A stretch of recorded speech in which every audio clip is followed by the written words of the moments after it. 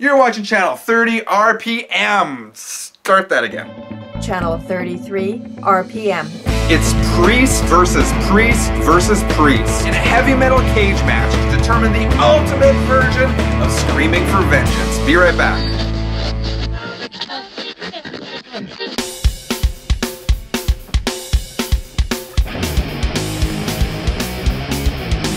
Hey everyone, Frank here, channel 33 RPM. Judas Priest, Screaming for Vengeance, one of my favorite albums of all time and a true heavy metal classic.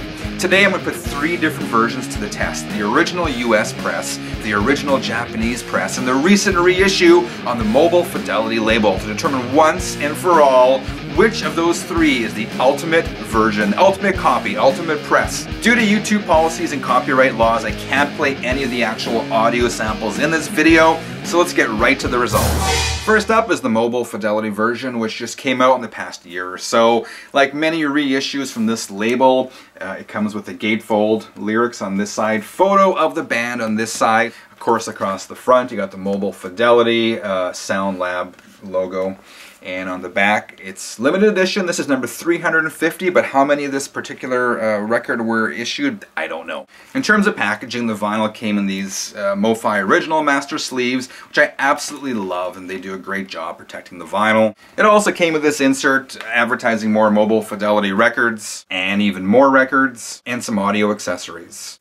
So how did this one sound? This is the first one I listened to, so it became my reference point. It was the warmest sounding of the 3, with a nice boost on the mids. The bass was crisp and punchy, the drums sounded great, and the soundstage was wide open. Next up, the Japanese pressing, and like many of you, I absolutely love Japanese pressings, not only for the quality of the vinyl, but the extra touches they always put into them. This one, of course, has the obi strip on the front. And on the back, also here with some previous Judas Priest titles. Japanese version is on the Epic label. There's also a lyric insert with a photo of the band on this side, English lyrics on this side, and Japanese lyrics inside. Finally, this one comes with something the others don't, and that's a poster of the album cover. This one's about 2 feet by 2 feet. So, how did it sound? The highs and lows were boosted a bit compared to the MoFi pressing, and the soundstage didn't seem quite as wide. That said, still sounded awesome. Finally, we got the US pressing here. There's the front and the back. Inner sleeve, you got the lyrics on one side and the band on the other. And this one came on the standard Columbia label. So how did it sound? Compared to the other 2, is flatter. And by that I'm not referring to the vinyl, which was flat, but the actual frequencies just seemed a bit, it was a bit more in the middle. The bass was a bit muddier, but overall, it sounded all right.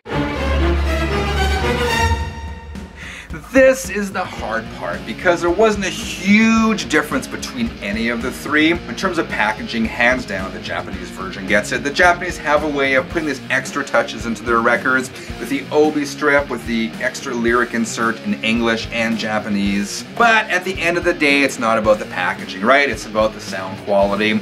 And for that, I give it to the Mobile Fidelity reissue by a little bit, followed very, very closely by the Japanese version. You can't go wrong with either of those 2.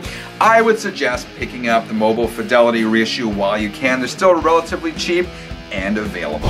That's all I have for you today. If you enjoyed this episode, consider leaving a quick like or a comment below. Until next time, vinyl friends, keep on spinning.